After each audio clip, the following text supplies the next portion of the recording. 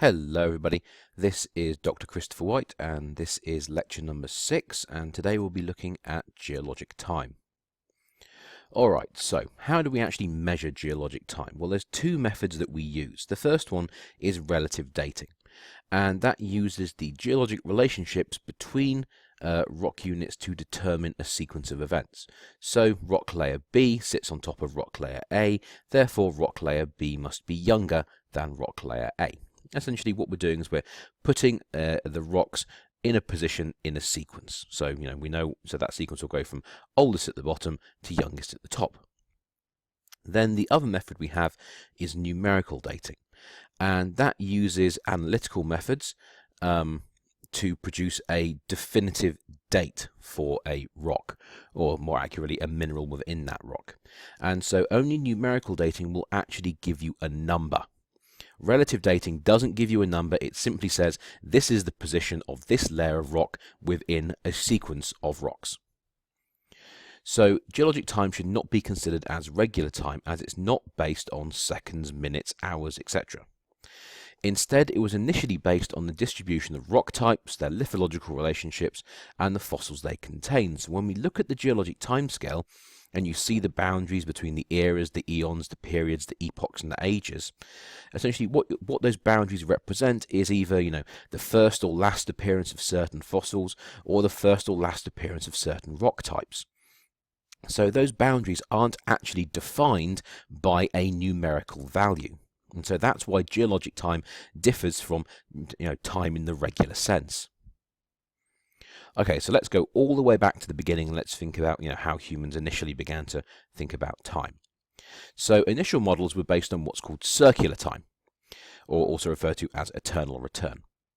And this is a classical model, and the basis for the model is that the sun and the moon appear each day, the seasons come and go, the year always starts at the same point, and so essentially time seems to follow these cyclical repeating patterns. And these patterns don't deviate, or at least they don't deviate on a human timescale. So the conclusion was therefore drawn that time moved in circles, and it began anew each morning, or at the start of each lunar cycle, or at the start of each year. So some other people also argued that time was produced by the consciousness. So essentially, if you think you're getting older, you get older. If you think you're getting younger, in theory, you should get younger.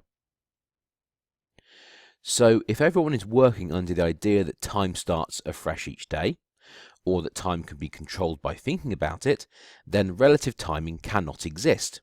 So the idea that a rock face and the lithologies that make up that rock face represent the passage of time just doesn't compute, because if you're working under the idea that the rock face is made afresh each day, it doesn't really matter what the rock face is made up from.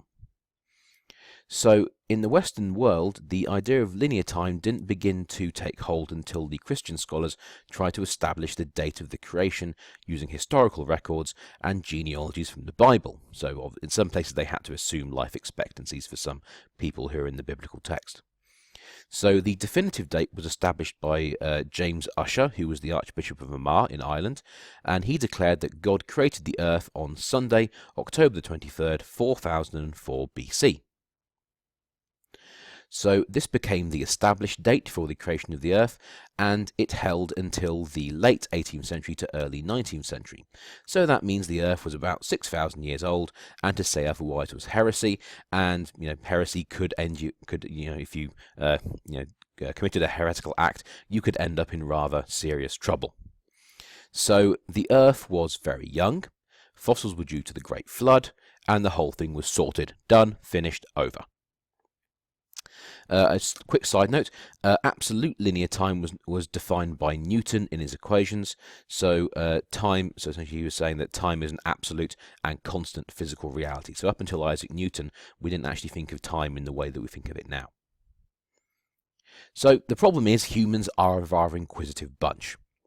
So in the 18th century, we had a group of people, this especially in Western Europe, who we generally refer to as gentlemen scientists, and they began to catalogue and codify the natural world. So gentlemen scientists were essentially typically men who were from relatively well-off families, so typically their families owned land and they had a steady income from that land. And so essentially it means they didn't have to work. And so what you have is a lot of very well-educated individuals who need to fill all their free time. And so, some of them, took to collecting butterflies, some of them took to collecting plant specimens, and some of them took to looking at rocks and fossils. So all these well-educated people began looking at rocks and fossils, and they began to think, well, hold on a minute. These rocks and fossils seem to show indications of, having been deposited over long periods of time. So maybe the church's age for the creation of the Earth wasn't correct. So one of the first well-documented and scientific attempts to work out the age of the Earth was by a gentleman called Georges-Louis de Buffon. And he assumed the Earth had once been completely molten, which he was correct about.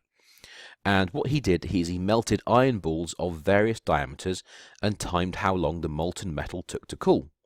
So essentially, he would melt an iron ball that's, 1 inch, then 2 inches, then 3 inches, then 5 inches, then 10 inches. And obviously, as the iron ball got larger, obviously once he melted it, it would take longer for that ball, for the molten iron to cool down and solidify again. So essentially, once he had done that, he could begin to extrapolate how long it would take an iron ball, the diameter of the Earth, to cool from a completely molten state. And so he came up with a number of 75,000 years. Now, we know that number is, rather wrong. It's a bit, considerably too young.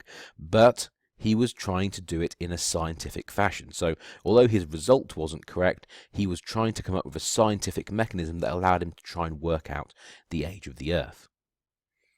So, some scientists took a different approach and tried using sedimentation rates. So, some scientists realized that the sedimentary rocks that we see are actually being deposited by sedimentary processes, like rivers, for instance. So they realized that if deposition rates could be established for various sediments, then you could calculate how long it would take any sedimentary sequence of a given thickness to form, and from there you can extrapolate the age of the Earth from the total thickness of sedimentary rocks in the crust.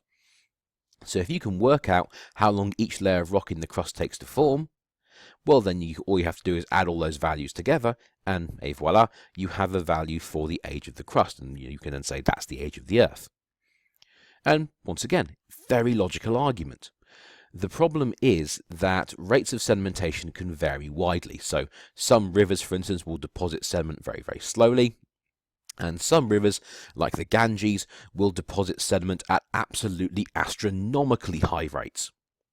So the question becomes do you use a sedimentation rate for a relatively slow river like Buffalo Bayou, or do you use a sedimentation rate for a big powerful river like the Ganges? So that's your first problem. The other problem is you don't know how much sediment has been eroded.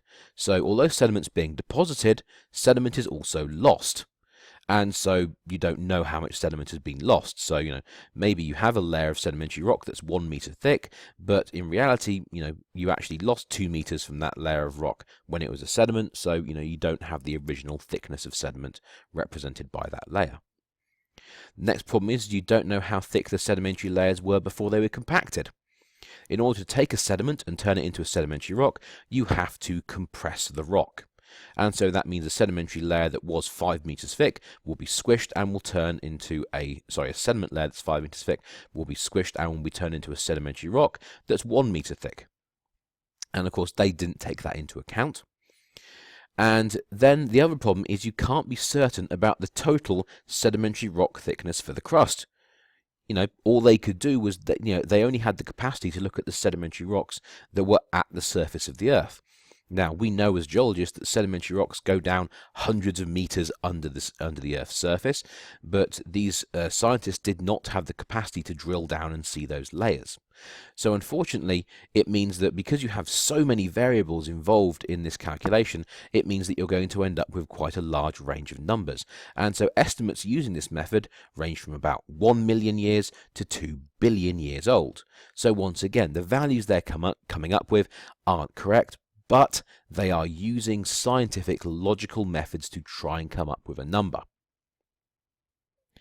So in 1899, another attempt was made. This one was by a gentleman called John Joly. and he measured the salinity of stream water and calculated how long it would take the oceans to reach its current salinity using salt contributed by rivers. So if you measure the amount of salt there is in the Earth's oceans, and you say, right, this is the salinity of river water, and I know the river water goes into the oceans, therefore my assumption is that the salt that's in the oceans is being contributed by the rivers. Therefore, if I know the salinity of the rivers and I know the salinity of the oceans, how long would it take me to reach that ocean salinity if I was just contributing salt from river water? And obviously, as I said, the answer for that is 90 million years. So the problem with John Joly's attempt was that he didn't know how much salt was being recycled or how much salt was being locked in evaporites or in seafloor clays. So once again, his number is much, much smaller than the true age of the Earth, but nevertheless, he was trying to come up with a scientific method to come up with a calculated age. So people were trying and they were failing with some style to calculate the age of the Earth. But while their numbers were wrong, they were starting to consider how rocks formed and that the Earth was extremely old. So, just a quick side note about John Joly. So, he may have been extremely wrong about using the ocean salinity to calculate the age of the Earth, but he did realize that radioactive elements offered a method to produce numerical ages for rocks. So in 1913, in collaboration with Ernest Rutherford, a well-known New Zealand scientist, he used radioactive decay to calculate the age of early Devonian rocks, and the age they came up with was 400 million years, which is pretty much perfect. So that was the first time people had used radioactive isotopes within minerals to date a rock, and we're actually going to be discussing this later on when we talk about numerical dating. So he also realized and published papers on how radioactivity would contribute to the Earth's internal heat budget. So he was one of the first people to realize that these radioactive isotopes occurred inside the Earth and that they would help to keep the Earth's interior warm. And that's also going to become important in a few slides' time. So with Henry Horatio Dixon, he helped to explain how water moved up through plants against gravity, and that theory still stands today. So you might remember from when you did high school biology, chances are when you looked at plants, you spoke about xylem and phloem. Those are the two types of cells that move water and nutrients up and down the plant. Well, that was partially came up with by John Joly. And he also developed radiotherapy to treat cancer. So he would insert little capsules containing radioactive material into cancers and into cancerous tumors, and the radioactivity would destroy the cancerous cells. So, the man was, obviously very, very intelligent. So, he might have been wrong about the salinity of the oceans, but in other, parts of his life, the man was a complete genius. So this brings us on to James Hutton. So James Hutton is considered to be the founder of modern geology. So in 1750 he moved to his family's farm in lowlands, that's southern Scotland, and once again he was one of these gentleman scientists. They had some land there, the family got their income from the land, and so essentially he didn't really have to work, and so he had lots and lots of free time to fill. So what he did is he became interested in the local rocks, and especially he became ultra interested when he got people to dig drainage ditches. So one of the things he did was he realized that his family's farmland could be improved if they were to drain the land more efficiently, and so he had workmen dig some very large ditches for him to help move the water away. Now in the process of digging these ditches, they obviously had to cut through rocks. And as they cut through rocks, essentially what they did is they produced what we refer to as fresh sections. So those are areas of completely new, clean, exposed rock where you can really see the relationships between the layers of rock, in the face you've just cut. And so, that offered him a way of viewing, the rock relationships in very, very high levels of detail. He later became involved with the Forth and Clyde Canal, and that was up in western Scotland. And once again, you might or might not know, canals were a method of, essentially canals are artificial rivers, and they were used to move coal from, one city to another. And because obviously, movement by road at that point was, impossible for very, very large quantities of coal, so it can only be moved by water. And so canals, as you will obviously expect, obviously have to be quite big and they're quite deep. And so once again, when they were making this canal in Western Scotland, it meant they had to cut through large quantities of rock, and once again that meant they produced extensive and large fresh sections where Hutton could look at the rocks. So Hutton made several key observations and hypotheses, including, number one, sedimentary rocks formed through Sedimentary rocks formed through processes that were occurring today. So that's the principle of uniformitarianism. If it's happening now, it's happened in the past. So what he realized was when he looked at some sedimentary rocks, he would see structures in those sedimentary rocks that were forming in modern environments. So he'd see things like ripples and burrows and mud cracks. He also realized that sedimentary lithologies were produced through the erosion of exposed rocks by the action of air and water. So he realized that when a rock comes above sea level, it gets exposed to the action of air and water, and that causes the rock to weather and to break down. Bits of it will fall off, those bits will get transported, and as they're transported, they'll be eroded, and they'll change from big class into small class, and those pieces will get incorporated into sedimentary rocks. So what this means is that the sedimentary rocks he looks at when he goes up to a cliff face were formed by the erosion of ancient land masses. He also realized that some sedimentary rocks, including coal, were formed from fragments of animals and plants. So once again, that's extremely important. So in order to build up a very, very thick layer of coal, it obviously takes a lot of organic material. So a coal bed takes a very, very long time to build up.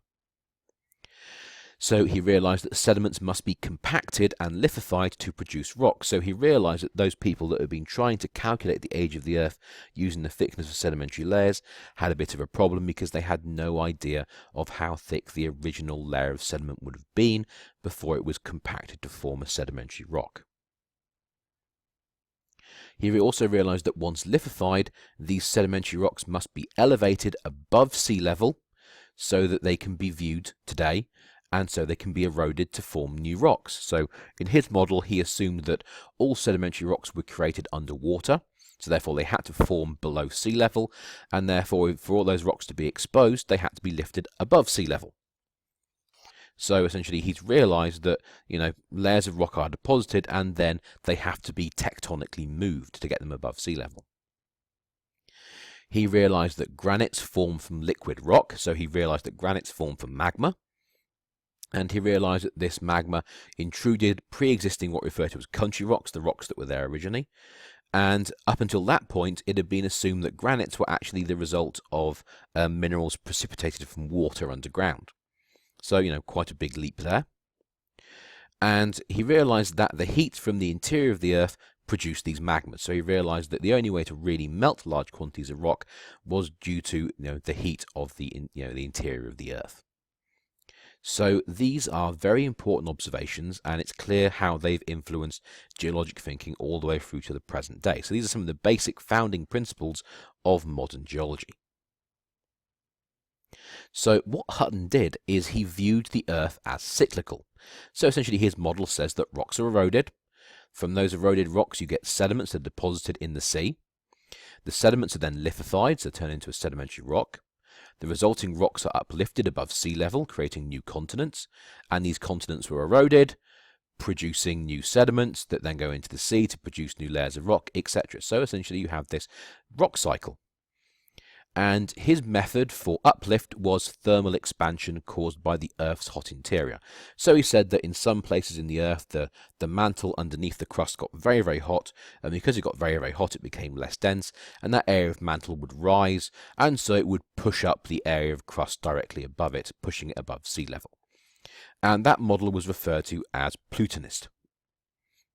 So why is this important? What's so important about this? Well, a cyclical model means that the rocks we see weren't the only ones created. So there could have been an unknown number of continents created and destroyed before the rocks we see today were deposited and lithified. So if you use Hutton's model, it suddenly means the Earth could be absolutely ancient. Not a few million years, it could be billions of years old. So The other thing it did is it also provided the long periods of time required for Darwin's theory of evolution to function, because evolution does not happen quickly. It's a it's a relatively gradual process. So you need the Earth to have existed for very, very long periods of time for evolution to be permissible. So the model that Hutton came up with here was very, very useful when Charles Darwin and Wallace came up with the theory of evolution. Okay, so that's been 20 minutes, so this would be a good time to take a minute. So pause the presentation, get up, have a walk around, go get a glass of water, and then come back once you've had a few minutes to relax.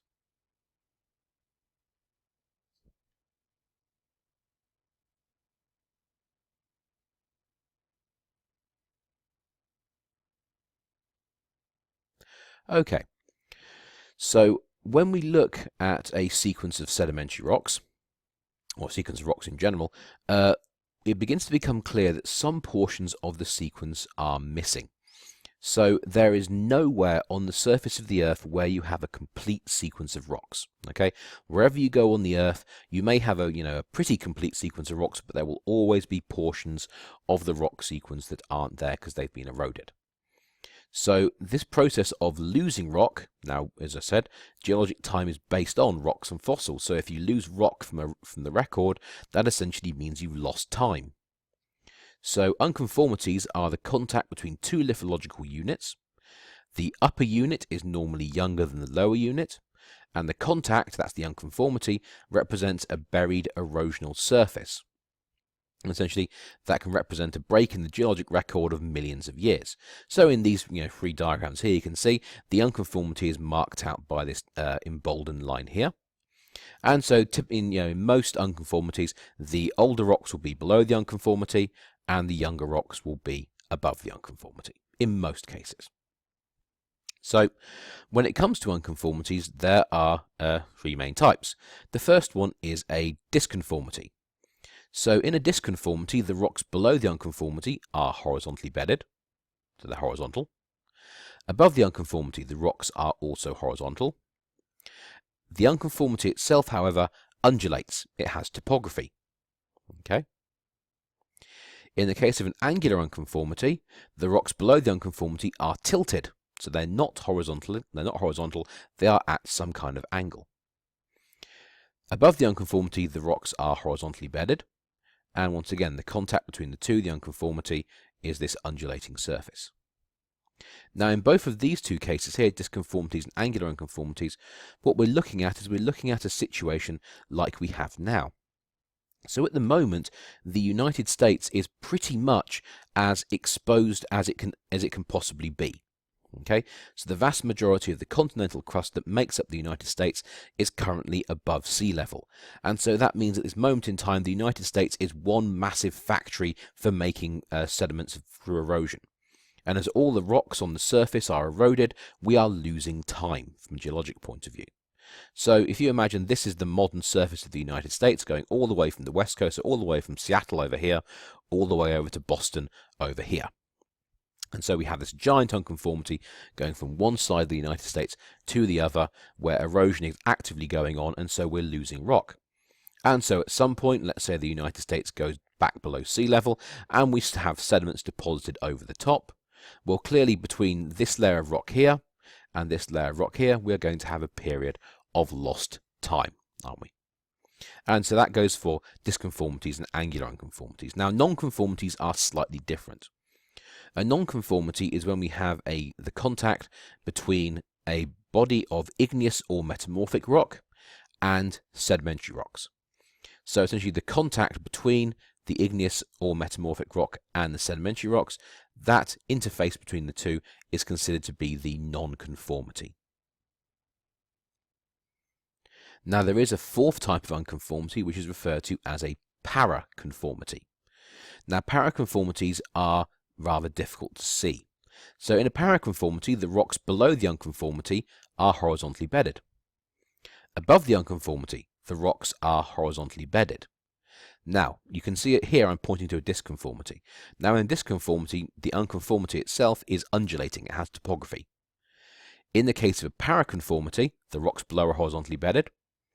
the rocks above are horizontally bedded.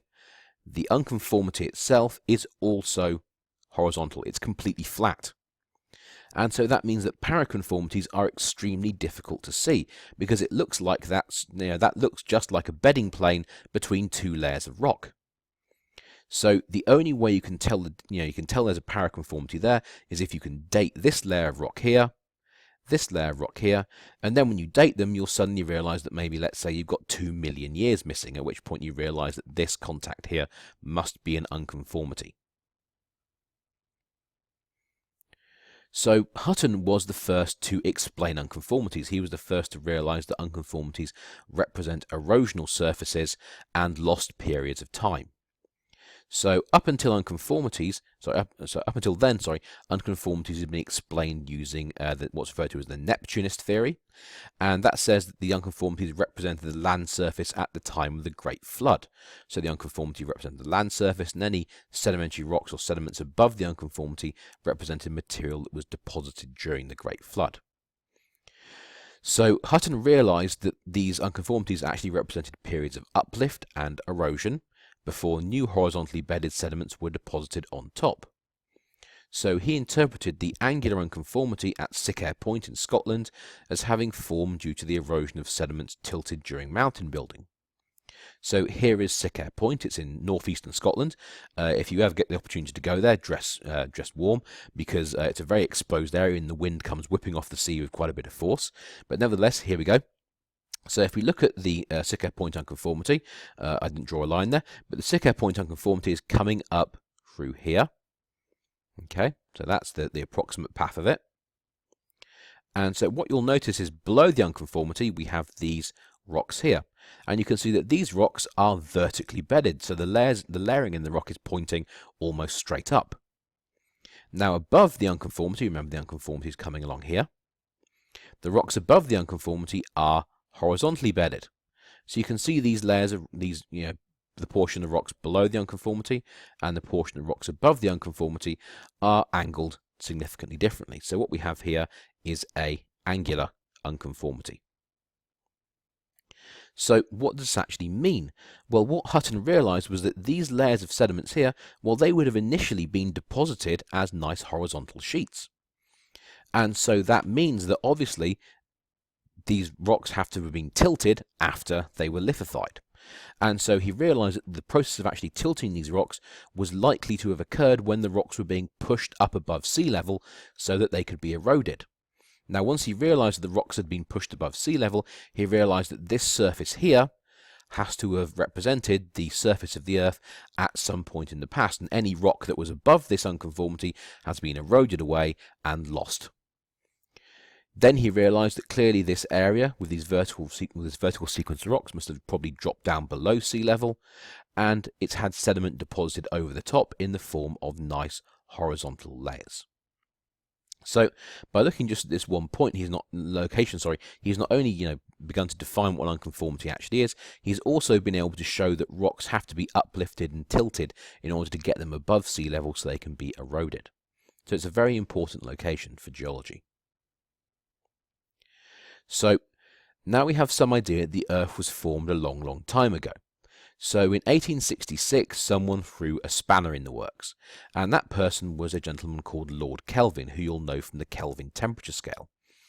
And he was a demigod of 19th century British science, and he was the kind of man that could destroy a theory because he felt like it. So if Lord Kelvin said, "No, I don't agree with your idea," pretty much everyone in the scientific community at that time would go, "Yes, I agree with Lord Kelvin, you're clearly wrong." So Kelvin had spent some time underground, and he knew the Earth's temperature increased with depth. So this is what he knew and what he assumed. So the first thing is he knew the diameter of the Earth, so he knew how big the Earth was. He also knew to some degree the Earth's temperature profile, so he knew the Earth was getting hotter as you went down into it. Now, most of his temperature profile was an estimate, but a bit closer to the surface he got from actual measurements. So he also assumed the Earth was fully molten when it formed, which was an assumption, but once again it was correct. He knew the melting temperatures for certain rocks, and he knew that the Earth was losing heat at a steady rate. Apparently it was losing heat at a steady rate. So what was going on? So essentially what he said was the Earth started as a molten ball, and because he knew how hot that molten the molten ball had to be to have liquid rock from these melting points here, he had a starting temperature. Well, he knew the current temperature of the Earth. He can also look at the Earth's profile, and so he could calculate how long it would take the Earth to go from essentially a sphere of molten rock the size of the Earth, sorry, should I say a sphere of molten magma the size of the Earth, to the present day solid, well, mostly solid planet that we have now.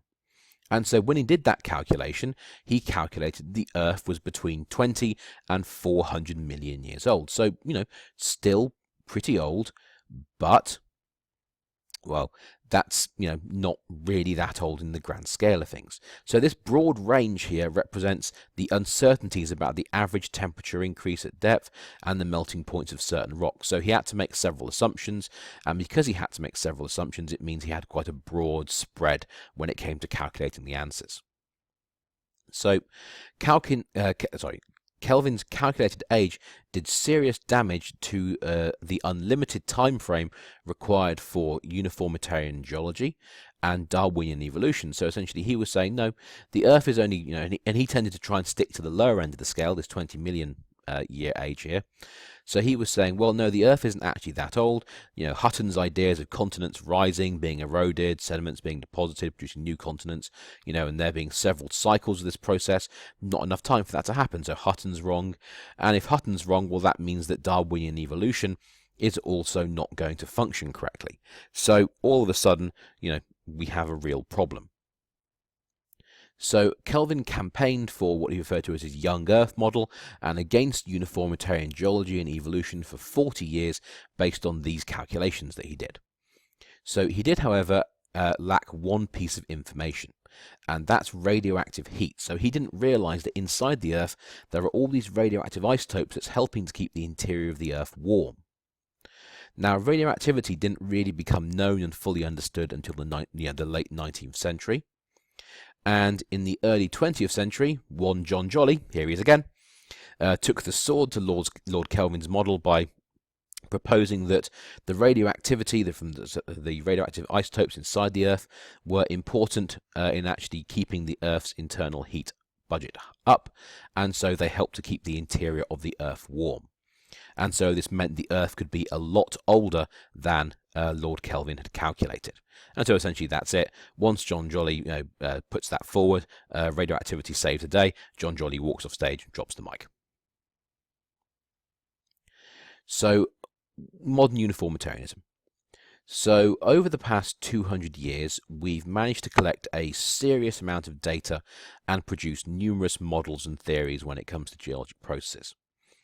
So it's now clear that the rates and intensities of natural processes have varied through geologic time. So the initial idea of uniformitarianism was that things were happening at a constant rate, and they've happened through that constant rate throughout geologic time. What we realise now is that the rates will have actually changed in some cases. So we know, for instance, spreading ridges in the middle of the ocean, well, that's where new oceanic crust is made. Now, at the moment, we know that spreading ridges will operate, will create new oceanic crust somewhere in the region of about 3 to 9 centimeters per year, depending on which spreading ridge you're at. In the past, however, so during the Cretaceous, we know that spreading ridges were churning out oceanic crust at absolutely astronomical rates. So although the process is the same, we actually know from the geologic record that the rate at which that process was occurring was different. And so this has led to the term actualism. And that's used because some geologists view uniformity as an inaccurate term. So things weren't always happening at the same rate. The rates at which the processes occur were able to change. So, however, the majority of geologists still prefer to use the term uniformitarianism, and we use it with the understanding that the rates and intensities of certain processes will have changed through geologic time, but the processes themselves remain constant. So even though the rate of new oceanic crust being made at spreading ridges will change, the actual process of forming that oceanic crust remains the same. Okay, so this brings us on to relative dating. So if you do not have access to radiometric dating methods, so you can't get a numerical value for your rock, the only way to produce a history for an area is by relative dating. So the method does not produce definitive dates.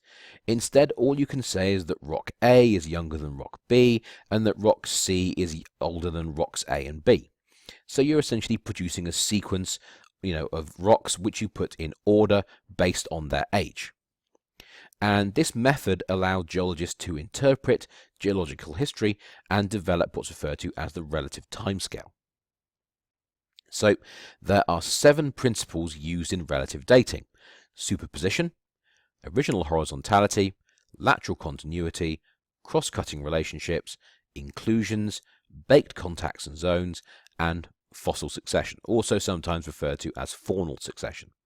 Now, point number 7 isn't going to be dealt with until next week, so we're not going to worry about that. So today you're going to be looking at superposition, original horizontality, lateral continuity, cross-cutting relationships, inclusions, and baked contacts and zones. Sorry, baked zones / baked contacts. So relative dating can be traced back to Nicholas Sterno. So Sterno was a Neptunist. So the majority of his observations were essentially based on the idea of a great flood. However, the observations he actually came up with and the vast majority of his interpretations were actually sound. So he was just a bit off on the larger scale stuff. So he noted that when a river floods, it would deposit sediment across a floodplain in horizontal layers, and those horizontal layers would bury organisms. So he realized that essentially that could be where fossils came from.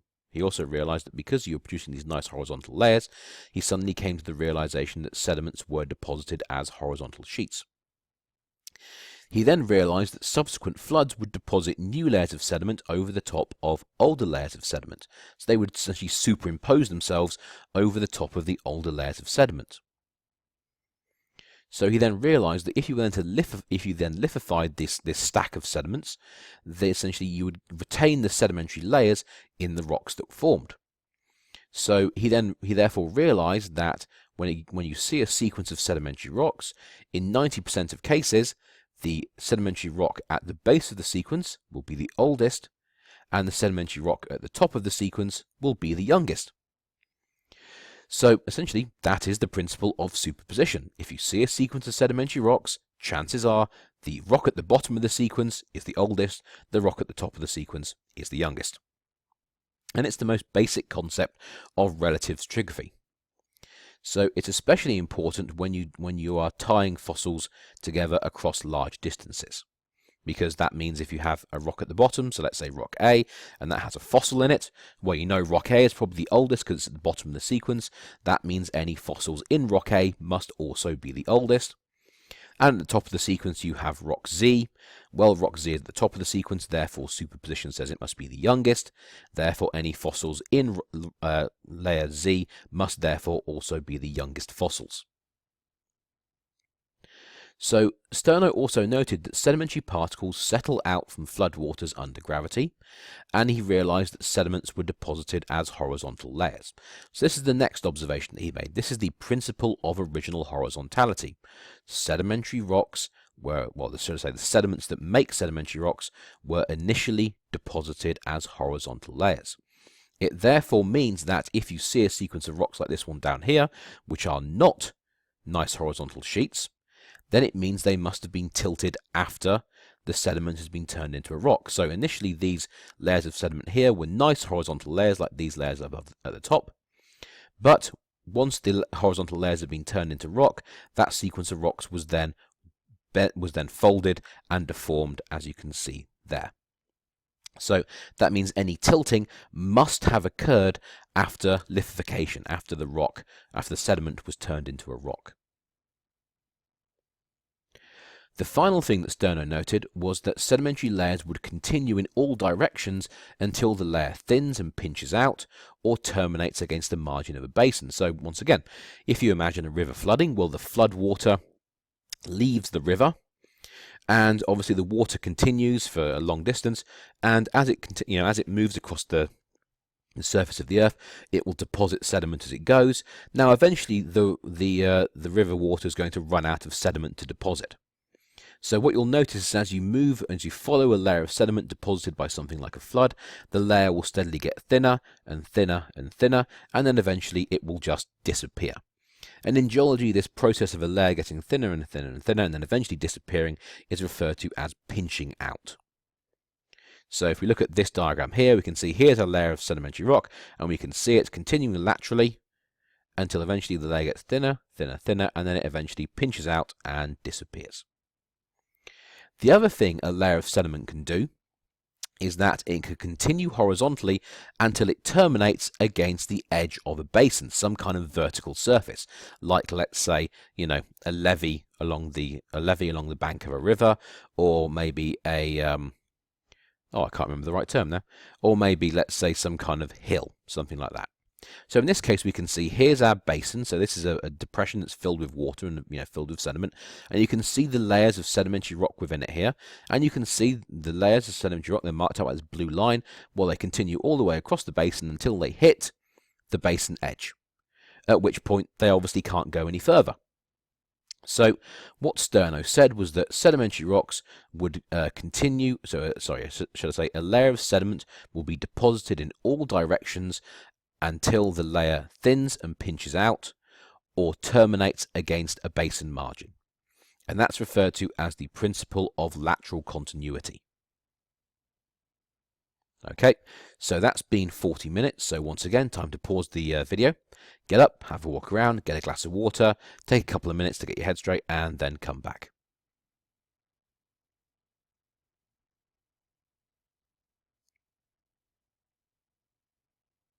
Okay. So what's the next principle of relative dating? Well, that was produced by James Hutton.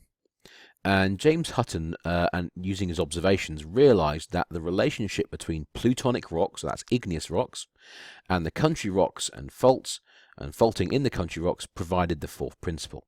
So he noted that intrusive igneous rocks, or faults, must be younger than the rocks they intrude or displace. So here we have two pictures. So on this side we have a sedimentary dike, on this side we have a fault. So what we're seeing over here is here's a nice sequence of horizontally bedded rocks, and here's this sedimentary dike smashing through it vertically. Now, obviously for this sedimentary dike to cut this sequence of rocks, well, clearly the sequence of rocks has to have been there first, doesn't it? So it means that this dike here must therefore be younger than the sequence of rocks that the dike is cross-cutting. Makes sense. Same thing goes for this sequence of rocks here. Okay, so here we have a sequence of rocks. These ones are very nice and easily picked out because they have these distinct colours to them. And so the only way you can cut the rocks with a fault is, once again, if the rocks were there first. So that means that if you're trying to fault something, essentially crack it and put a large break in it, essentially the rocks have to have been there to be, earlier or before the fault. So that's the principle of cross-cutting relationships. Dikes and faults must be younger than the rocks which they cross-cut. So then we have the principle of inclusions. So this is particularly useful when trying to determine the relationship between igneous bodies and host rocks. So the principle simply states that if you have clasts, that's fragments, of a rock, let's say rock A, contained in rock B, then rock A must be older. Obviously, if you've got pieces of rock A and rock B, well, clearly rock A has to have been there to be eroded, so it can be turned into pieces which can then be included in rock B later. So rock A must be the oldest, and rock B must be the youngest. And here's a couple of diagrams that show you how it's useful. So in this sequence here, we have a limestone at the top, we have some kind of mudstone, we have a sandstone in yellow, and we have a granite down here in pink. And so what we can see is in the case of this yellow layer here, this sandstone, we can see that it includes several inclusions of granite within the sandstone. Well, that clearly means the granite must have been there before the sandstone was deposited. Otherwise, you wouldn't have pieces of the granite in the sandstone. So it means the granite is oldest, sandstone followed by the sandstone, followed by the mudstone, followed by the limestone. So limestone youngest, granite oldest. Now let's look at it the other way around. So once again, here's our limestone, here's our mudstone, our shale, our sandstone, and our granite.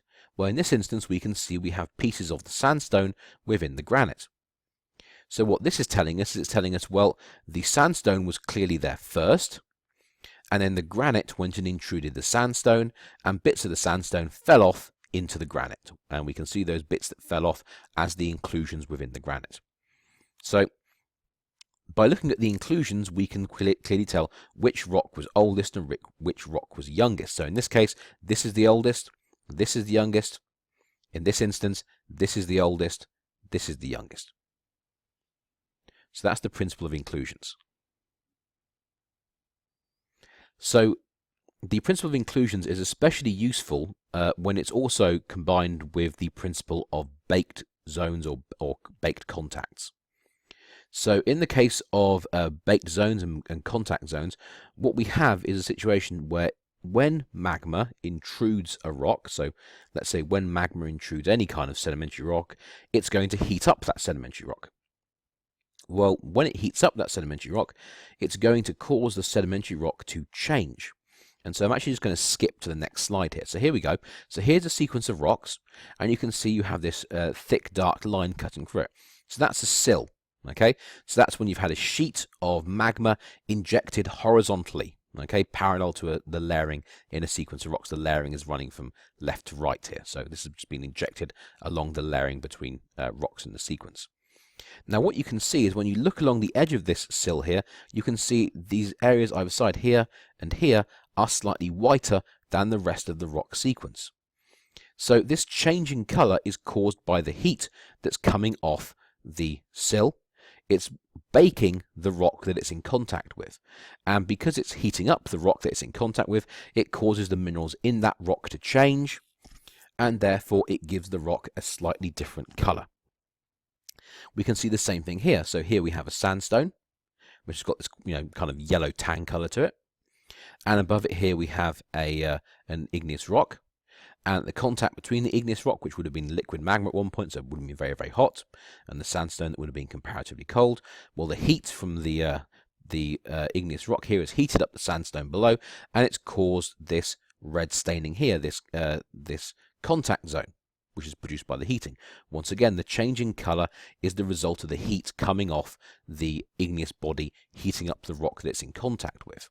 So these baked zones, these contact zones, are extremely useful, because if we can see them, well, that clearly tells us which rock is younger and which rock is older. So we can clearly tell that because this igneous rock here has baked this rock above and below it, we know it must therefore be younger than the sequences of rock here. And in this case, we know that this igneous rock here, okay, has baked this sandstone here.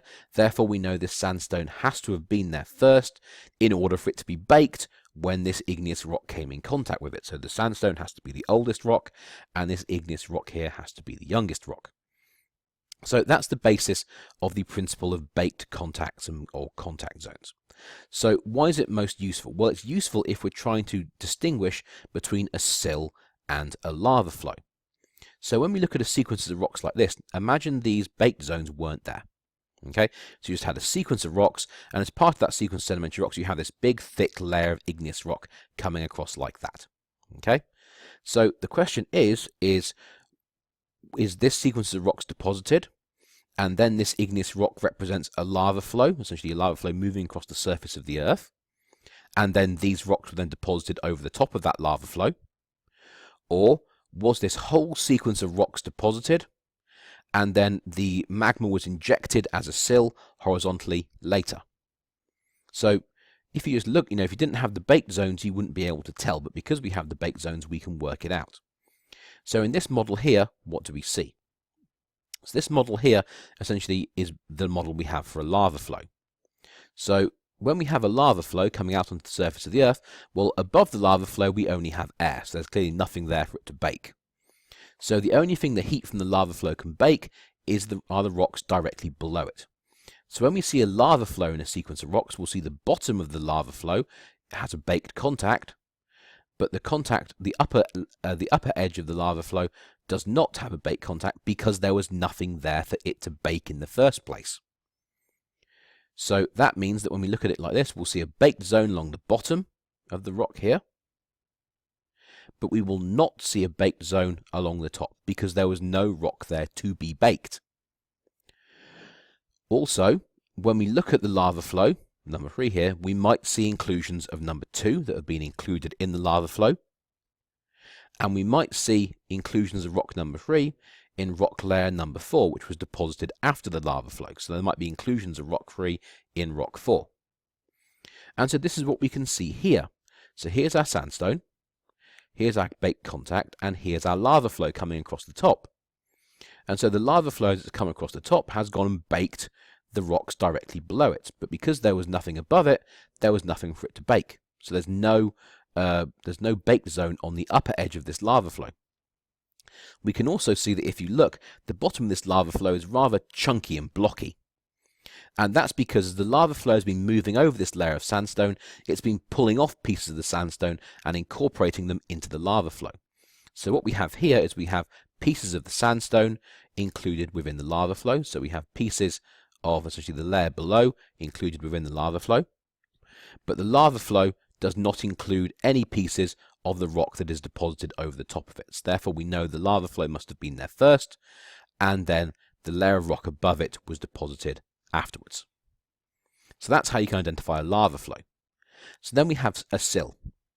So essentially a sill is injected horizontally. So in this model we have rock 1 is deposited, then 2, then 4, then 5, then 6, then 7, and then sometime later on magma is injected along the contact between 2 layers, and that layer of magma that's injected in becomes a sill when it solidifies. And obviously because the sill is being injected in between 2 layers of rock, it's going to heat up the rock below, so we can have a baked contact down here, and it's going to heat up the rock above, so we can have a baked contact up here. Now because layers 2 and layer 4 were already there before the sill was injected, it means that pieces of layer number 2 will fall in, and pieces of layer number 4 will fall in. So you'll have inclusions of the rocks above and below the sill within the sill. So here we go. So in this case, we have baked contacts above and below the sill. Therefore, we know the sill has to be younger, because we know that obviously these rocks down here and these rocks up here must have been there before the sill was injected. And I dare say if we looked at this sill here carefully, we could probably see pieces of rocks below and pieces of rocks from above included within the sill. Okay, so sills have baked contacts along their top and their bottom, whereas lava flows will only have baked contacts along their bottom. And that's how we can tell the difference. So these principles of relative dating proved invaluable to a gentleman called William Strata Smith. And he produced the first large-scale geologic map in 1815. So his geologic map was for most of the United Kingdom, and it contained a cross-section and stratigraphic column which would have been impossible without relative dating. So he put the rocks that he saw that were in his map in order, oldest rocks at the bottom, youngest rocks at the top, in a sequence, which we call a stratigraphic column.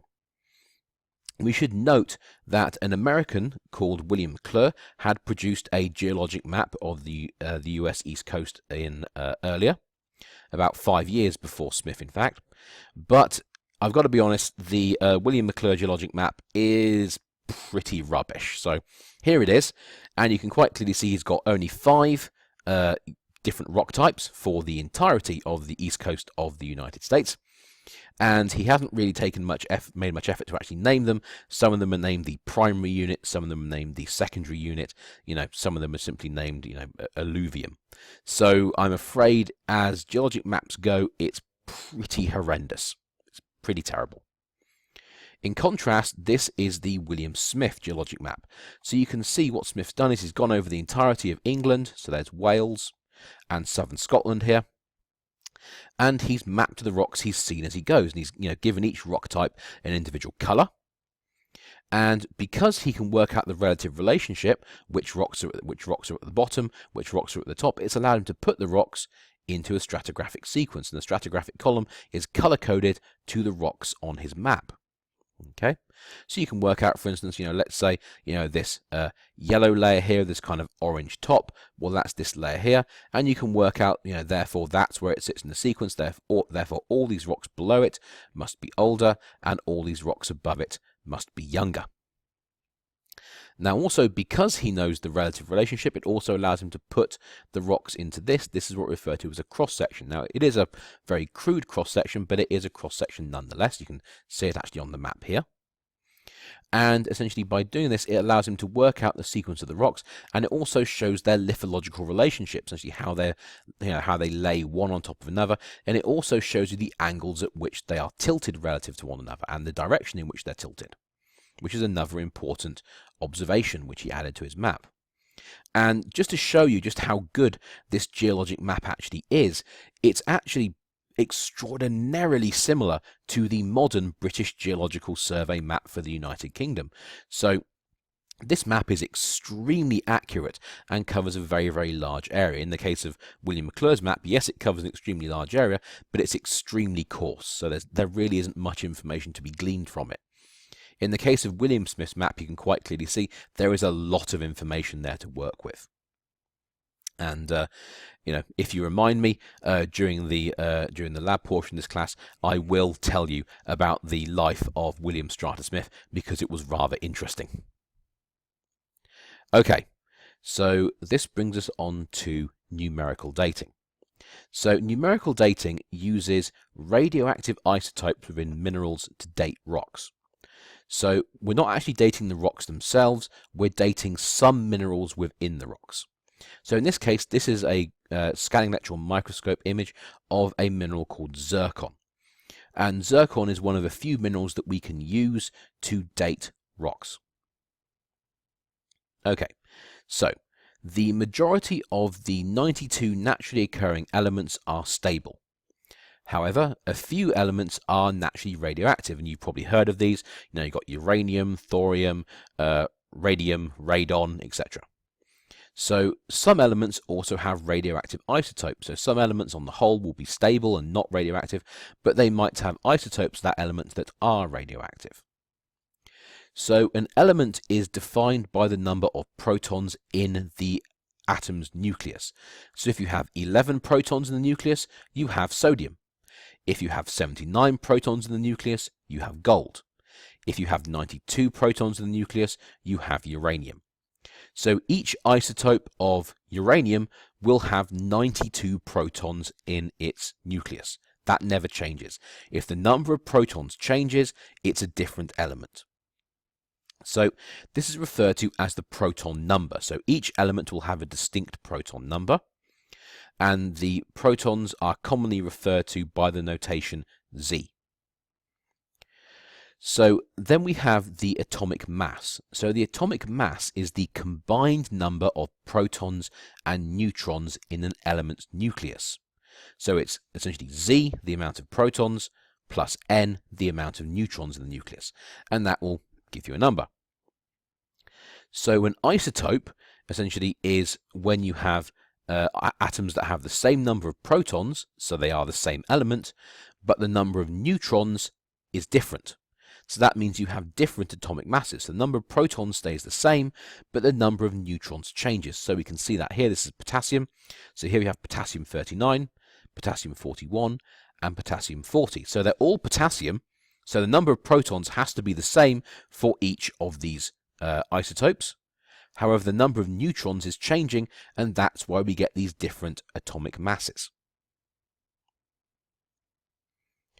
So elements can have more than one stable isotope, or they can have more than one unstable isotope. So atomic masses in the periodic table are reflected in the, let's try that one again. Atomic masses in the periodic table reflect an element's isotopes and their abundance. So if you ever looked at a periodic table and you look at the atomic mass for each element, you'll notice in a lot of cases the atomic mass isn't a nice round number. It typically is, a number like here, 39.12. So what's going on? Well, what it is we have the different isotopes. So we have potassium 39, potassium 40, and potassium 41. So these are the atomic masses here, 39, 40, 41. And here we have the percentage abundance. So potassium 39 makes up 93% of all potassium. Potassium 41 makes up nearly 7% of all potassium, and potassium 40 makes up a tiny fraction. And so all you do is you take the atomic mass, multiply it by the percentage occurrence, so 0.93, 0.06, and 0.000012, and the number you get there, essentially numbers you get here, you add them all together, and that gives you the atomic mass for that element. In the case of potassium, this number's slightly wrong. It's actually 39.09. So, but anyway, that gives you some idea about why the atomic masses on the periodic table aren't nice round numbers. So when we write the information about an isotope, we note the atomic mass and we note the proton number. And when we do this, the atomic mass is always at the top, so it will be the larger number, and the proton number is always at the bottom, and it will be the smaller number. Okay, so this is potassium, so K is potassium. So at the top here, this tells us it has an atomic mass of 40, so that's protons plus neutrons, and a proton number of 19. And therefore, we know that this atom has to consist of 19 protons in its nucleus, and 19 protons and 21 neutrons. Okay, so that's been 20 minutes. So once again, pause the video, get up, have a walk around, get a glass of water, relax for a couple of minutes, and then come back and we'll do the next 20 minutes.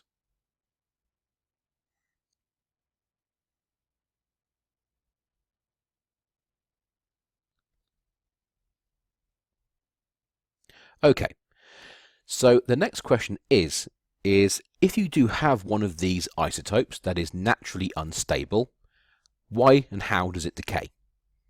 So a radioactive isotope decays because it's trying to produce what we refer to as a stable nucleus configuration. So what it has to do is it has to get rid of protons or neutrons from its nucleus to try and make its nucleus stable. And this process of getting rid of protons or neutrons, or changing protons into neutrons, or changing neutrons into protons to try and achieve this stability is referred to us as radioactive decay. So there are three types of radioactive particle-based decay. There's alpha decay, beta decay, and electron capture. So what's alpha decay? Well, in the case of alpha decay, the unstable nucleus tries to achieve a stable configuration by getting rid of 2 protons and 2 neutrons. That just so happens to be the nucleus for a helium atom. So helium atoms are 2 protons and 2 neutrons. So in the case of alpha decay, the nucleus will literally throw away 2 protons and 2 neutrons. Just it wants to get rid of them in order to try and achieve a stable configuration. So that means the proton number for your atom, your isotope, will decrease by 2, and the atomic mass will decrease by 4. So obviously, as the proton number has decreased, has changed, you are going to have a new element. In the case of beta decay, we take a neutron and we change it into a proton. Okay, so when we take that neutron, we change it into a proton. Obviously, we have a neutrally charged particle being changed into a positively charged particle, and that means when this becomes positive, we have to kick out a negative charge, and that is kicked out in the form of an electron. So essentially, we have 1 neutron changes into 1 proton. So the proton number will increase by 1. So we're going to have a new element again because the proton number's changed, but the atomic mass will remain the same. Because all we've done is we've taken a proton and we've changed it. Sorry, we've taken a neutron and we've changed it into a proton. We haven't really changed the mass of the nucleus by very much. So the atomic mass is considered to be the same. And then we have electron capture. So in the case of electron capture, we have a proton. It combines with an electron and it gives us a neutron plus a positron, which is this E plus here. So this process takes 1 neutron.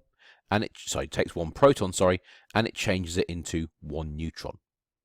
So in this case, we have the proton number decreasing by 1. So once again, it's going to be a new element because the proton number's changed.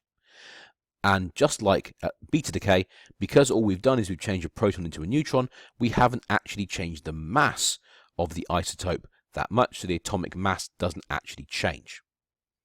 Now you'll notice that in each of these three instances, we have something being lost from the atom. So in this case, we lose one of these helium nucleuses, so 2 protons plus 2 neutrons. In the case of beta decay, we lose an electron. In the case of electron capture, we lose one of these positrons. So during the process of radioactive decay, they are throwing out these particles. That's why they are referred to as particle decay. Now, I'm sure there's another type of radioactive decay you'll be familiar with, especially if you've ever read the Incredible Hulk comics, and that's gamma decay. So gamma decay is the result of the loss of excess energy. And so gamma decay does not lose mass, so gamma decay does not cause the loss of any mass, so no particle is lost. All it is just the atom getting rid of excess energy in the form of an electromagnetic wave, a little bit like, an X-ray, for instance. But obviously a gamma ray is a slightly different type of ray. So it's not a type of particle decay because no particle is kicked out of the atom during the decay. So the isotopes produced by decay are called daughter isotopes. So the starting isotope is called the parent isotope, and the isotope that's produced by decay is called the daughter isotope. So this diagram here kind of summarizes the three types of particle decay. So up here we have alpha decay. So we have protons in blue and neutrons in red. So in the case of alpha decay, you kick out a particle that consists of two neutrons and 2 protons.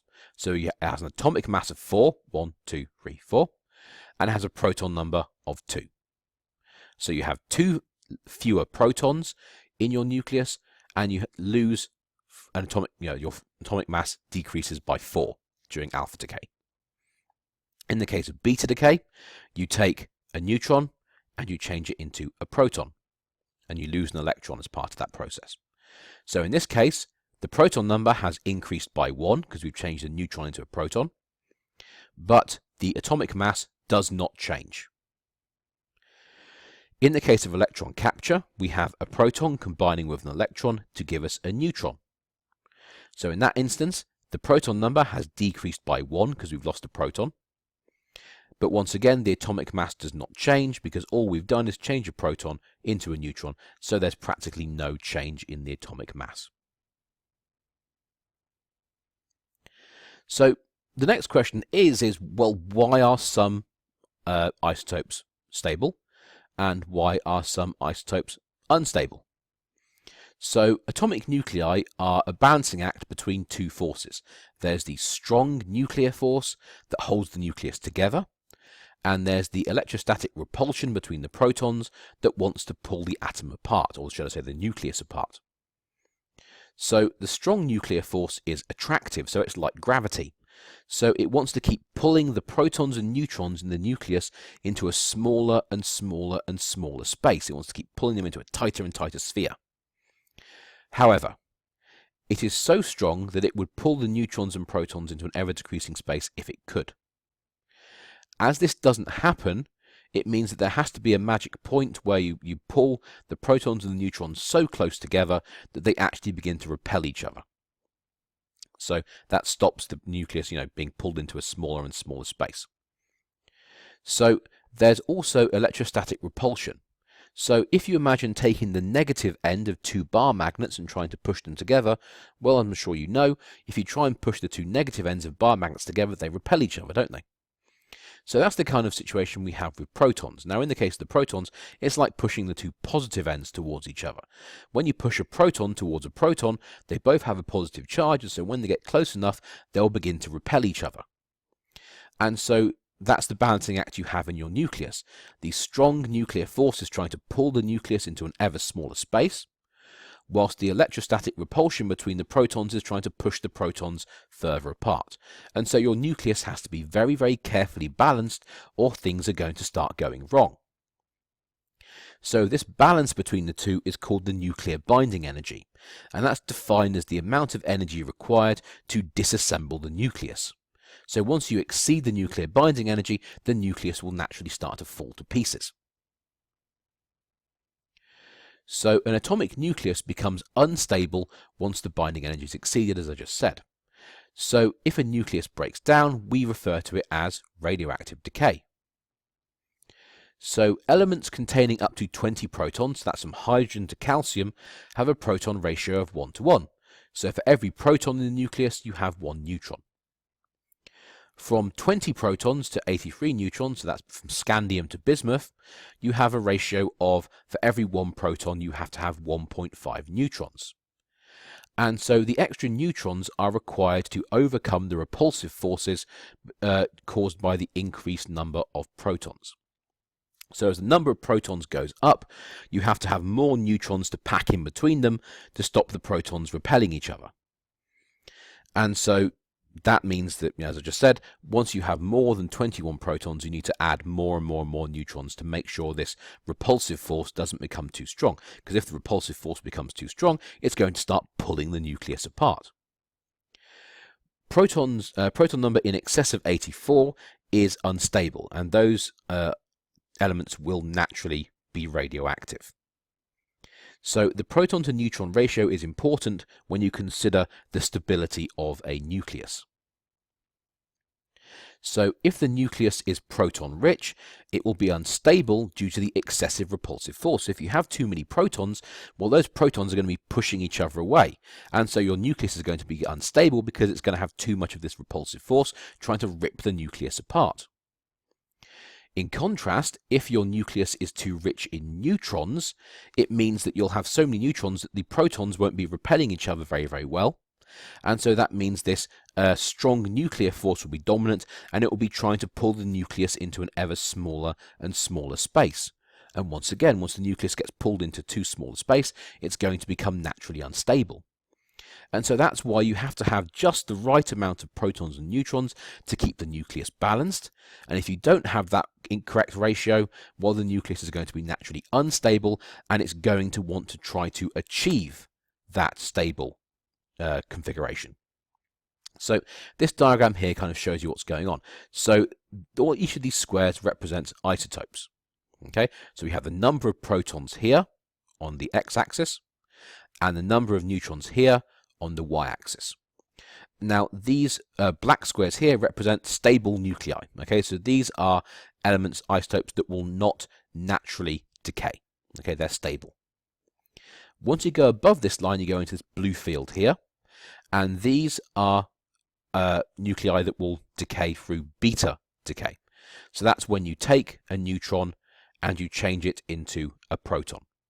Okay, so that means essentially up here you have too many neutrons in your nucleus, and so this strong nuclear force is dominating, and it's pulling the nucleus into a smaller and smaller and smaller space, and so the nucleus becomes unstable, and so it gets around this instability by simply changing neutrons into protons. And so that increases this, so that will increase the repulsive force, and once it and it will help to balance out this strong nuclear force. Okay, so that's if you have too many neutrons. If you have too many protons, on the other hand, you can decay by either electron capture, so we take a proton and we change it into a neutron, or it can decay by alpha decay, which is up here. Okay, so those are your possible options. So in that case, it's getting rid of excess protons in order to try and reduce the repulsive force. So by getting rid of protons, either changing them into neutrons or simply just kicking them out of the nucleus altogether, you manage to bring stability by reducing the repulsive force to the point where it's balanced with the strong nuclear force, at which point your nucleus achieves balance and it will become stable. So unstable nuclei will continue to decay until they achieve a stable configuration. In the vast majority of cases, nuclei have to decay more than once to actually reach a stable configuration. There are very, very few nuclei that decay just once and then they instantly turn into a stable isotope. Most of them will have to go through several intermediate stages before they achieve a stable configuration. So here we go. So this is uranium-235 up here. So that's a radioactive isotope. Uranium-235 you might know because it's the stuff that's used in nuclear weapons and in nuclear reactors. So uranium-235 will decay to give us lead-207, and lead-207 is stable, so it won't decay any further once it reaches lead-207. But in order to get from the uranium-235 to lead-207, it has to go through all of these intermediate steps. And you can see the intermediate steps are marked out as either alpha decay, which is in the form of the alpha symbol there, or beta negative decay, which is essentially beta decay. Okay, so in order to get from uranium-235 to lead-207, it's essentially kicking out protons and neutrons during alpha decay, and it's changing neutrons into protons during beta decay. Okay, so it has to go through all these intermediate steps. So all these intermediate steps to get from the unstable isotope to the stable isotope is referred to as the decay chain. So this then brings us on to half-lives. So a half-life is defined as the amount of time required for 50% of a radioactive isotope in a given sample to fully decay to a stable daughter isotope. Okay, so we're not talking about the intermediate steps. Okay, we're talking about how long does it take for 50% of this to decay to this. Okay, we ignore all this stuff in between. So half-lives range in length from billionths of a second, so hydrogen-7 has a half-life of a billionth of a second, to tellurium-128 that has a half-life of somewhere in the region of this number, which is 2 septillion years. So half-lives vary quite significantly. So radioactive decay is also not a uniform linear change. So a uniform linear change is like, drops of water falling into a glass. Every drop of water increases the level in the glass by a set amount each time. In the case of half-lives, you'll see in the second, the graph that we have is not a nice straight line, it's a curve, so it's not linear. So radioactive decay produces what we refer to as this geometric graph instead. So how's it working? So when we start off at the start time, obviously we have 100% parent isotopes, and there's been no radioactive decay at that point, so we have 0 daughter isotopes. So in this model, we're starting off with 1 million parent isotopes, and at this point we have no daughter isotopes because nothing's decayed yet. So after one half-life, 50% of the parent isotopes have broken down to give us daughter isotopes. So after one half-life, we have 500,000 parent isotopes left, and we now have 500,000 daughter isotopes, because these 500,000 parent isotopes that are missing over here have changed into daughter isotopes. So after 2 half-lives, this number here is now divided by 2, so we now have 250 parent isotopes left. I do apologise, that's 250,000 parent isotopes left, and the 250,000 parent isotopes that have now disappeared have now turned into daughter isotopes. So the amount of parent isotopes is now down at 250,000, but the amount of daughter isotopes is now increased to 750,000. And as we go down each half-life, you'll notice that this number here, essentially this number here, is half this number here is half of this number, and this number here is half of this number. So every half-life, the amount of the parent isotope decreases by half. Now what you'll notice is that when you add together the amount of parent isotope and the amount of daughter isotope, it equals the starting number of isotopes. So we started off with 1 million isotopes, and when we add together the parent and daughter isotope for each half-life, you'll notice it still equals 1 million. So all we're doing is we're changing parent isotopes into daughter isotopes. We're not actually losing anything. So the total amount of isotopes is a constant. So that means that if we want to work out the amount of parent isotopes, let's say here, after 4 half-lives, all we have to do is we have to take the total number of isotopes which we started with, which was 1 million, subtract 62,500, and therefore whatever number we end up with must be the amount of daughter isotopes. It's a relatively simple calculation. And so this means that when we look at this here and we transfer it onto a graph like this, as we go down each half-life, you can see we go 50, 25, 12.5, 6.25, 3.13. That's the amount of the parent isotope remaining as a percentage. And you'll see it gives us this curved graph rather than a straight line. And so this graph here shows you the same thing. Here's this curved line. So each half-life, we can see the amount of the parent isotope is decreasing by half each time. And you can see this in this case, it occurs in the form of these changes in the colored dots. So the parent isotope is marked out in blue, the daughter isotope is marked out in pink, and each time you'll see the amount of daughter isotope is increasing and the amount of parent isotope is decreasing. Now, the nice thing about this process is that it is constant. It happens at the same rate.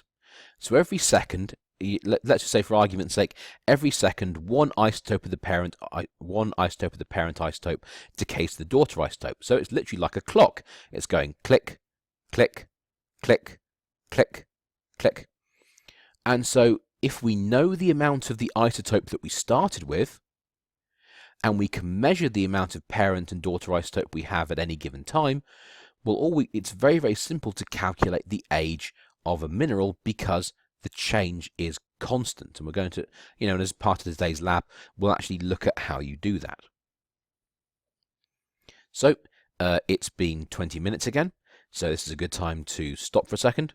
Once again, pause the presentation, get up, have a walk around, have a drink of water, relax for a few minutes, and then come back and we'll keep going.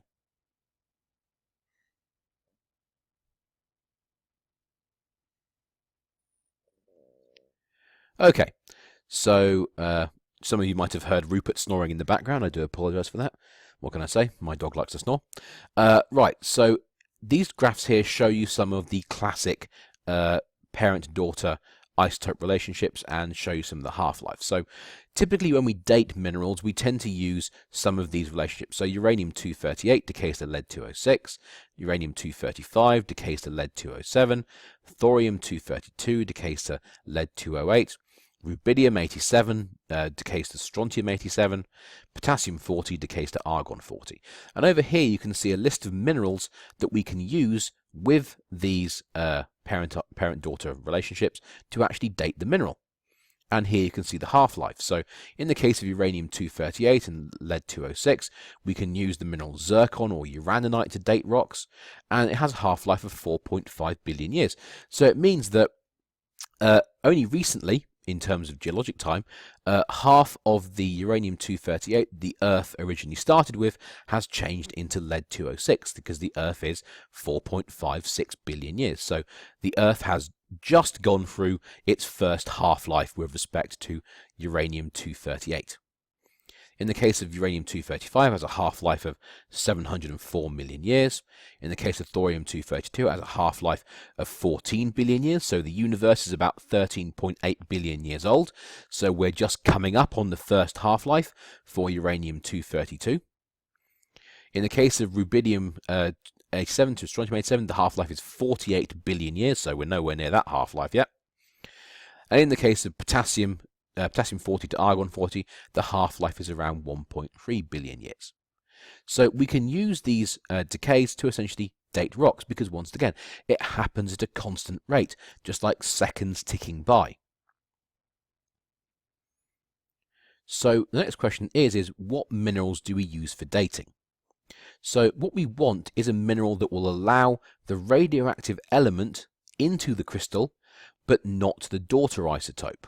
So what we want is a situation like this. We want a mineral that lets in the radioactive parent isotope, but not the daughter isotope. So that means when we come along later and we look at the mineral, if we find the daughter isotope in that mineral, it means that any daughter isotope that's in that crystal must have come from the decay of the parent isotope, because initially there was no daughter isotope in the crystal. So that's super important. So a classic example of this is the mineral zircon. So zircon is a zirconium silicate. So what zircon will do is it will allow uranium into the crystal lattice because uranium 4+ can substitute for zirconium 4+. The two isotopes can substitute for one another quite easily in the crystal lattice. They can exchange quite happily. So this means that when crystals of zircon grow, as they grow, they will incorporate some atoms of uranium into the crystal lattice. However, zircon will not allow lead into the crystal lattice as the crystal grows. So this means that as your crystal of zircon is growing, it's going to contain lots of zirconium, a little bit of uranium, but absolutely zero lead. So that means when we come along in 1 billion years and we date that crystal, that means any lead that's in that crystal must have come from the decay of the parent isotope, because when the crystal was fresh, newly formed, it had no lead in it. So the ability of one element to substitute for another element in the crystal lattice is a reflection of two things. The first one is the ionic radii. How big is the ion?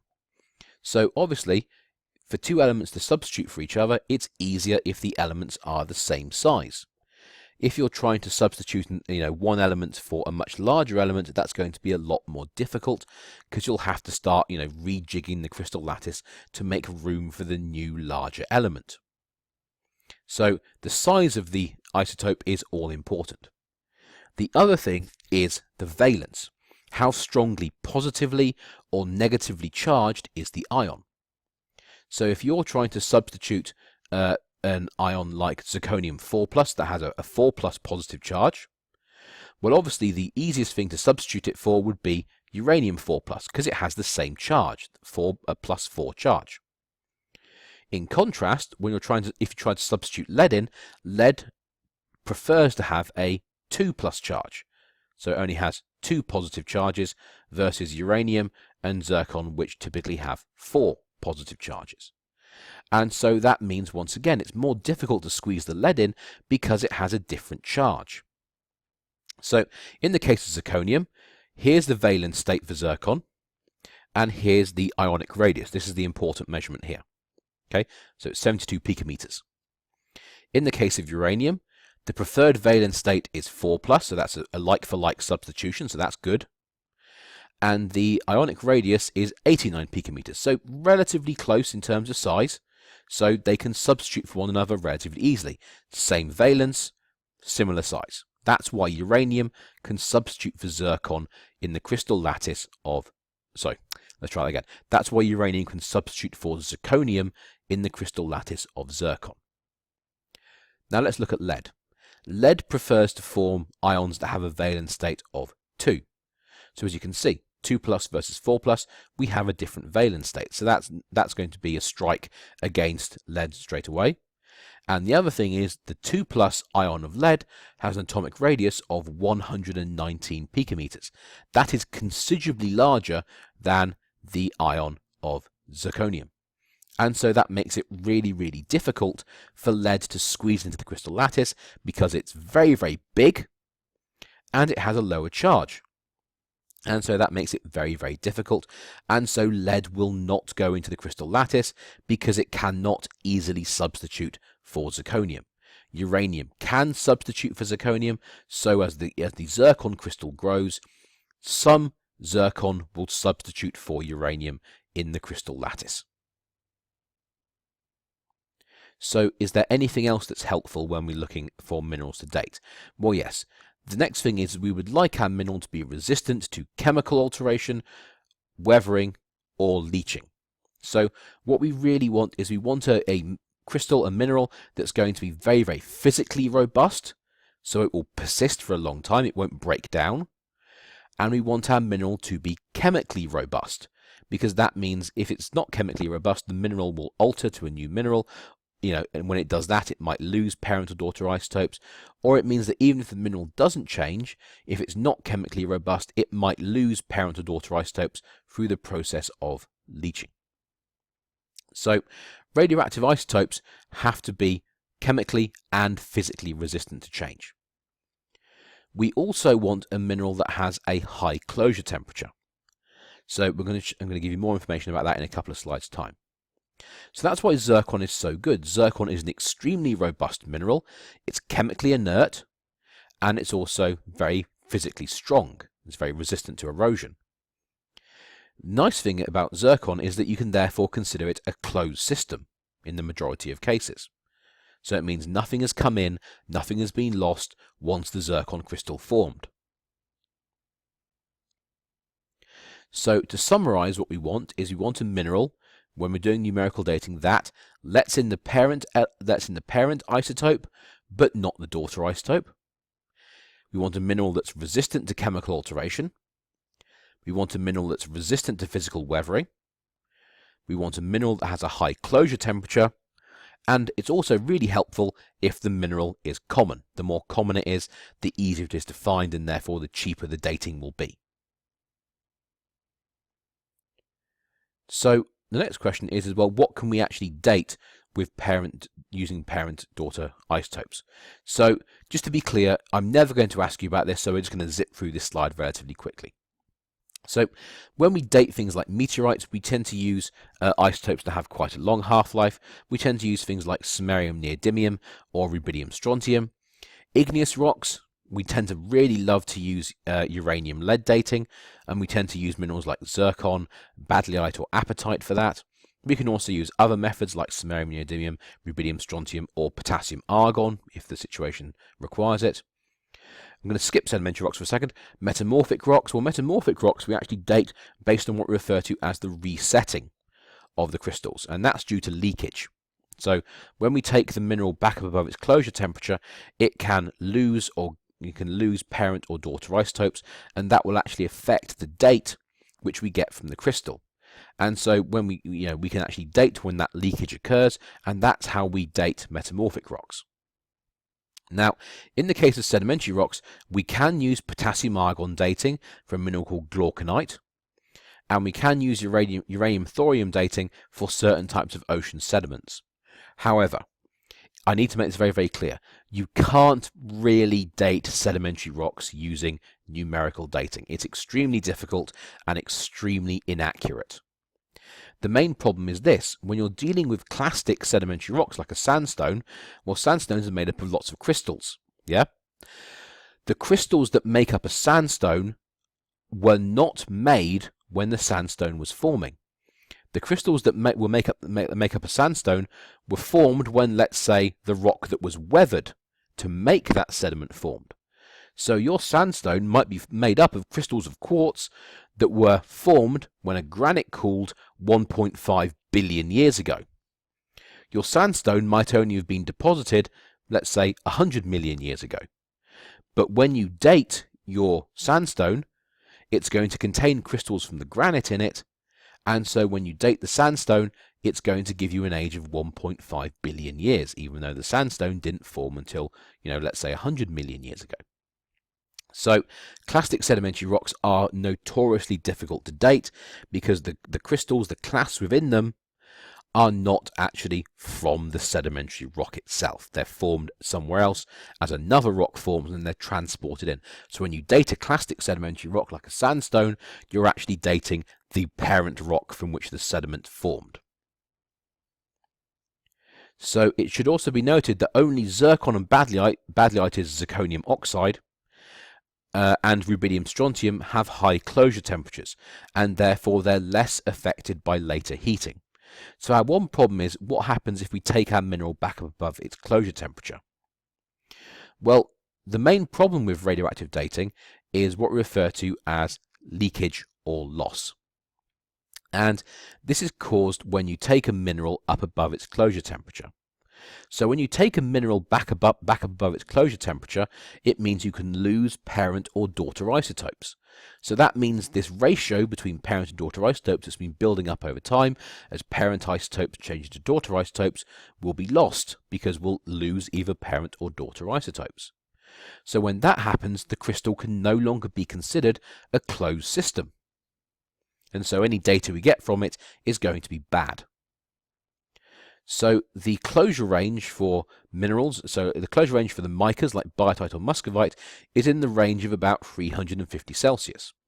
So if you take a crystal of biotite above 350 Celsius, then that means any potassium or argon that's formed in it due to potassium argon decay will some of it will be lost, and that means you can't use the crystal for dating. In the case of amphibole, like hornblende, the closure temperature is about 500 Celsius. And I need to point out, in terms of geology, taking a rock to 350 Celsius or 500 Celsius is pretty easy. It's not that difficult to do. And so that means minerals like micas and amphiboles are pretty bad for dating because it's so easy to essentially cause them to suffer leakage due to raising the temperature above their closure temperature. Now, in the case of zircon, the closure temperature is in excess of 1000 Celsius. That's a pretty high temperature, and so it's pretty high to achieve that kind of temperature. And so that means it's very, very hard to make a zircon crystal exceed its closure temperature. And so most zircon crystals will not have suffered leakage, and so the amount of parent and daughter isotopes you have in the crystal will represent what was there initially, or should I say the amount of parent isotope that was there initially.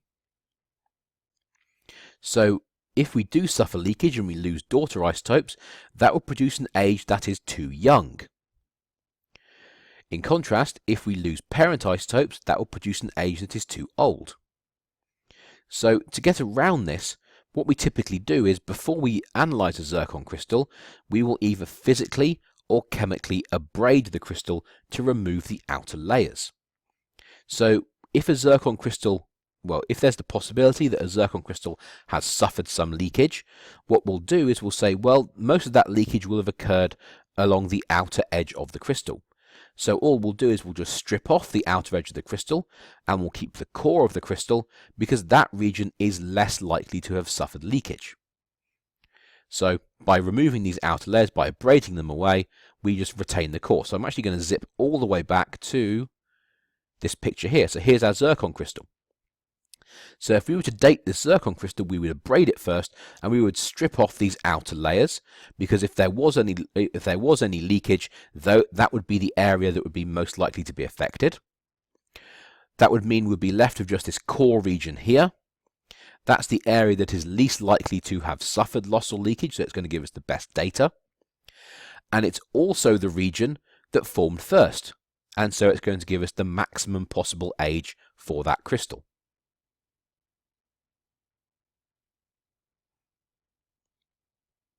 So the layers that have suffered leakage or losses, depending on how to describe it, are however useful as they can allow us to date metamorphic events, although the dates typically have a large error. So, by analysing these outer layers, it can also help you work out some other things, but in most cases it's a hindrance.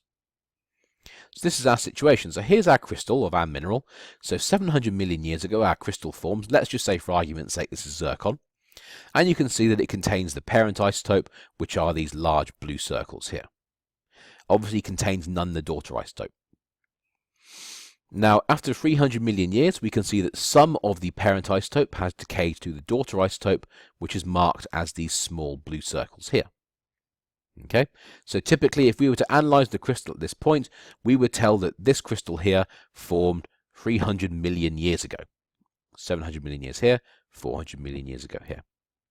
Now, what's happened in this case is the zircon crystal has then been heated up to above its closure temperature, and as it's exceeded its closure temperature, it's undergone the process of loss, and so it's released some of, in this case, the daughter isotope into the surrounding environment, and so that's obviously affected the parent isotope to daughter isotope ratio. And so this means that any age we calculate from this crystal here is going to be incorrect. And so this means that, from 350 million years ago to the present day, essentially it means that by the time we make it to the present day, we do not have the correct amount of daughter isotopes in the crystal, because we've lost some to the surrounding environment. And so the loss of daughter isotopes will produce an age that is too young. And so if we were to date this crystal here, we would get an age that was too young, because we have lost some of the daughter isotope. So that's the danger of leakage. So as I said, the other thing we can do is, in an attempt to reduce the effects of loss or leakage, we typically just don't analyze one crystal from the sample. We'll typically try and analyze as many crystals of zircon from a sample as we possibly can. So the logic of that is the more data you have, the easier it is to spot bad data, essentially. Another thing we can do is we can use two radiometric dating methods at the same time. So for zircon, it lets in uranium. That means the zircon will let in uranium-235 and uranium-238. Uranium-235 decays to lead-207, and uranium-238 decays to lead-206. And so that means within one crystal of zircon, we have two different dating methods. And so what we can do is we can analyze the crystal of zircon using these two different dating methods, and if the numbers match, then great, that means our data is good. If the numbers do not match, that means we have a problem. So both of these systems have different half-lives and they run independently of one another. That's why we can compare the data and look at whether it matches or doesn't matches. So if the dates produced by this process agree, then the data is referred to as concordant. If the data does not agree, it's referred to as discordant, and discordant data is bad. So here we have two graphs for the analysis of crystals of zircon. So we have lead-207, so we have uranium-235 down here on the x-axis, and we have uranium-238 up here on the y-axis. And this line here is referred to as the line of Concordia. It's marked out in blue, and that's a line we just calculate in the lab. So when we look at these two graphs, what do we see? Well, the good data, the concordant data, is marked out by these black circles. Okay, that's the data that falls on or very near the line of Concordia. Now all these red circles here you can see are a very, very long way from the line of Concordia, and so we know this is bad data. So what can we do? Well, if we abrade the zircons to get rid of the outer layers of the zircon, those are the layers that are most likely to have suffered loss due to leakage. If we get rid of them and then analyze crystals again, what do we see? So over here we have the same crystals being analysed, but in this case they've been abraded to get rid of the outer layers that could have suffered loss or leakage. And so what you can see is that when you remove these outer layers, when you abrade them away, you can see that the data moves towards the line of Concordia, so it's good data. And we only get a few outlying points out here. These are points which are bad data. We would call them discordant, and we would remove them from our analysis. We wouldn't count them when we're doing our dating. So by abrading the crystals, we get rid of this problem relatively easily. Okay, so it's been another 20 minutes, so this is a good time once again to pause the video, get up, have a walk around, have a drink of water, and then come back when you've had a bit of time to relax.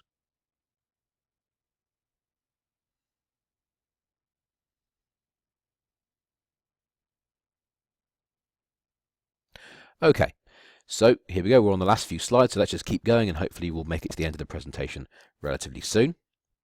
So today's code word is going to be, let me see, I'm looking around my games room now. Today's code word is going to be minion, as in the yellow thing from Despicable Me. Okay, so that's minion, M-I-N-I-O-N. So fission track dating uses essentially the damage caused by radioactive decay. So I'm sure at some point you guys have either used or you've seen a Geiger counter. So a Geiger counter makes that clicking sound. So it's clicking every time a radioactive particle hits the detector. Obviously, the closer you come to a radioactive source, the more particles hit the detector, and the faster that clicking noise becomes. So these particles that are being thrown out during radioactive decay go flying everywhere. So in some cases, as these particles fly out of the mineral, they will hit other minerals that surround them, and they'll damage those minerals. And we can use that damage to help date a rock. So here's a couple of examples. So here's a crystal of biotite, so this brown crystal here, and this is a crystal of pyroxene, this kind of mottled looking crystal here. Now you can see within these two crystals we have this crystal here, this very, very colourless crystal, and there's a very colourless crystal here. So these are crystals of zircon, and you can see around these crystals of zircon we have these black lines. These are referred to as halos. And you can see, there's another crystal of zircon here with another halo. All these black dots here essentially represent little crystals of zircon, and the black areas represent the halos around them. So what's causing the halos? Well, the halos are being produced by the decay of uranium within the zircon crystal. So as the uranium decays inside the zircon crystal, alpha particles, that's these 2 proton 2 neutron particles, and electrons from beta decay are being thrown out, and they're hitting the surrounding biotite crystal. And as they hit the surrounding biotite crystal, they damage the crystal lattice, and so they make the mineral turn black. Same thing's happening in the pyroxene right here. So these radiation halos reflect damage caused by the particles coming out of the zircon hitting the surrounding crystals. Now, damage will not only be occurring to the surrounding minerals, but it will also be occurring within the crystal that has the radioactive isotope in it. So we can look for the damage within these crystals, and we can count the amount of damage, and that will help us to date the crystal. So how does it work? Well, the preferred mineral for this method is the mineral apatite. So that's calcium phosphate. It's the stuff your bones are made up from. So although we can also use zircon microcrystals like biotite or muscovite, or volcanic glass like obsidian, but most of the time we use apatite.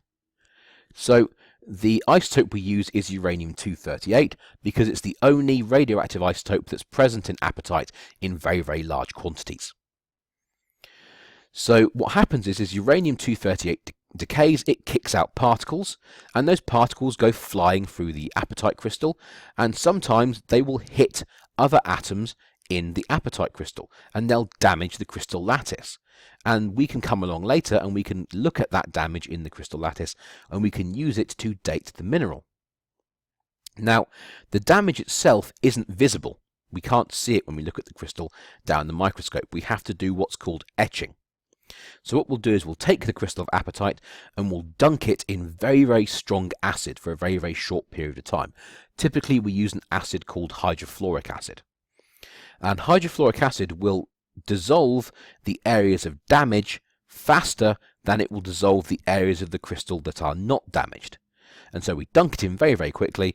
It will essentially dissolve the damaged areas faster than the undamaged areas, and so when we look at the crystal down the microscope, we can count the damaged areas. So how does it work? So this is the basic idea. So here's our crystal of apatite, and when it starts off, obviously there's no damage, and over time the amount of uranium decaying is increasing, and so that means as more uranium decays, more alpha particles and beta particles have been produced. They've been flying through the crystal, hitting the crystal lattice, and so they've been causing more and more damage. So over time, we get more and more fission tracks forming. Okay? So that's the general idea. So as time goes by, as time increases, the amount of fission tracks increases. Now, the rate at which these fission tracks form is constant. So once again, it's like the second hand in your watch. It happens, click, click, click, click, click. It's exactly the same thing with the fission tracks. So let's say, one fission track forms every day. If you have 7 fission tracks when you analyze your crystal, that means your crystal is 7 days old. If you have 2,000 fission tracks, that means your crystal is 2,000 days old. And so we can see it in this crystal here. So this is actually an etched crystal. Okay, so this is a crystal of apatite that's been dunked in acid for a few seconds to etch it. And each one of these black lines represents a fission track. And so all you have to do is you look at your crystal down the microscope and you count all the fission tracks. And that's it.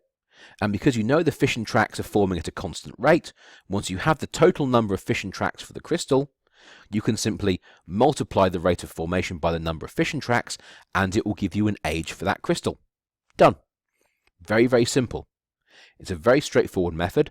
The one thing is, of course, is that you have to count all the fission tracks.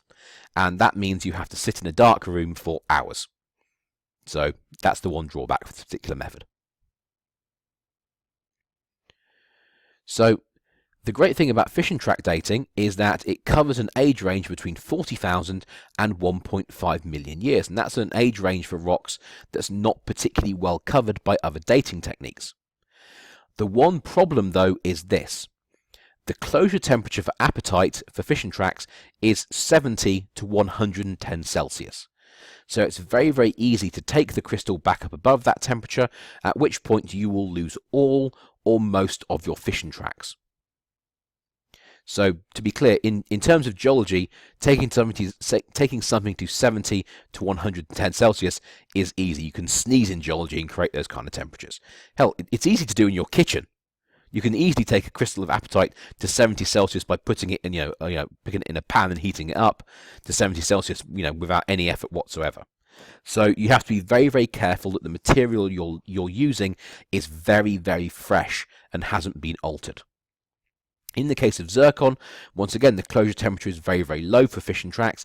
It's between 230 and 250 Celsius. Once again, in terms of geology, it's super easy to reach those temperatures. So the final method of dating we're going to think about is carbon dating. So carbon dating uses, carbon, should I say, occurs in one of three possible isotopes. There's carbon-12, carbon-13, and carbon-14. Now carbon-12 and carbon-13 are stable. Carbon-14, on the other hand, is unstable and has a half-life of 5,730 years. So how does carbon-14 form? Well, carbon-14 forms when a cosmic ray that comes from the sun hits an atom in the upper atmosphere. So when it hits one of these atoms in the upper atmosphere, it can be an atom of anything. Let's say oxygen. So this cosmic ray comes flying in, hits the Earth's atmosphere, it hits an atom of oxygen in the Earth's atmosphere, and it obliterates that atom of oxygen. It sends protons and neutrons flying in all directions. So it's blown up the atom of oxygen. So if one of these neutrons that's produced by this explosion hits a nitrogen-14 isotope, it will be absorbed by the nucleus. And once it's absorbed by the nucleus, it will have to get rid of a proton to achieve balance. Okay? So what happens is that means you've changed the proton number by decreasing it by 1. So your isotope is no longer nitrogen. It's now turned into carbon. Now the atomic mass has remained the same because you've gained a proton and you've kicked out a neutron. So carbon-14 is produced at a constant rate, and we know what that rate is. So we know what the rate of production is relative to carbon-12 and carbon-13. So carbon-14 gets incorporated into organic tissue at a constant rate. So plants, when they photosynthesize, will use some carbon-14 as they take in carbon dioxide from the atmosphere. That carbon-14 then gets incorporated into the organic tissue of the plant as the plant's growing. A cow comes along, eats the plant. That carbon-14 then gets included into the organic tissue of the cow. We come along, eat that cow. We then get the carbon-14 from the cow, and that gets incorporated into our organic tissue. And so carbon-14 is constantly being incorporated into your organic tissue as long as you're eating. So what we can then do is so from then on, the carbon-12 concentration in your body remains constant, but the amount of carbon-14 will decrease the second you stop eating. Okay? So obviously you stop eating, unfortunately, when you die. So the amount of carbon-12 in your body doesn't change because it's stable. The amount of carbon-14, on the other hand, will begin to drop, will begin to decrease, because the carbon-14 is naturally unstable, and it will break down to form nitrogen-14 instead. And it does that at a set rate. So we know the amount of carbon-14 that would have been in your body when you died, and so all we have to do is measure the amount of carbon-14 in your body later on, and so we can look at the change in the amount of carbon-14, and we can use that to calculate an age from that value. So evidence suggests that the production of carbon-14 has varied a bit during the past several thousand years, likely during periods of extended solar activity when the sun was very, very active. So that does have to be taken into account, because the more active the sun is, the more carbon-14 would be produced in the atmosphere, and therefore the more carbon-14 there would be in organic tissue from that time period. So we can take that into account, and we can correct for it in our calculations. So this variation, this indication that carbon-14 rates varied somewhat, was established by comparing calculated ages to those from tree rings. So we analysed organic material from tree rings, and we compared it to the tree ring date, and we managed to work out that in some cases the tree ring date and the carbon-14 date did not agree. And that would typically mean that more carbon-14 was being produced at that time, and so once we know that, we can correct for it in our calculations. So this diagram here kind of summarises the basic idea. Sun produces cosmic rays. Cosmic rays strike some unknown atom in the atmosphere, destroying it, sends out a neutron that flies and hits a nitrogen-14 atom. When that neutron hits a nitrogen-14 atom, to make itself stable, it has to kick out a proton. That means your nitrogen-14 has now lost a proton, so now it's carbon-14. The carbon-14 gets incorporated into plants. Animals eat the plants, we eat the animals, and the amount of carbon-14 is being constantly replenished in your body every time you eat. So we know the amount of carbon-14 in the organic tissue. The amount of carbon-14 stops being replenished when the organism dies. And so, after it dies, the amount of carbon-14 steadily drops. And so we can calculate the age of the organic material using the amount of carbon-14 present. And so that's why carbon dating is good for dating stuff like, organic remains, be it leather or, actual bone or anything like that. Now, the one problem is that carbon dating is only good for material that's between up to 50,000 years old. So you can't really use it for rocks, and you can't use it for very, very old stuff. You can date older material up to 75,000 years, but you need a very, very large sample size, and you need to use very, very special techniques and extended count time, so it's more expensive. So carbon dating can only date stuff that's up to 75,000 years old at the extreme maximum. Typically, it can only date stuff that's 50,000 years old.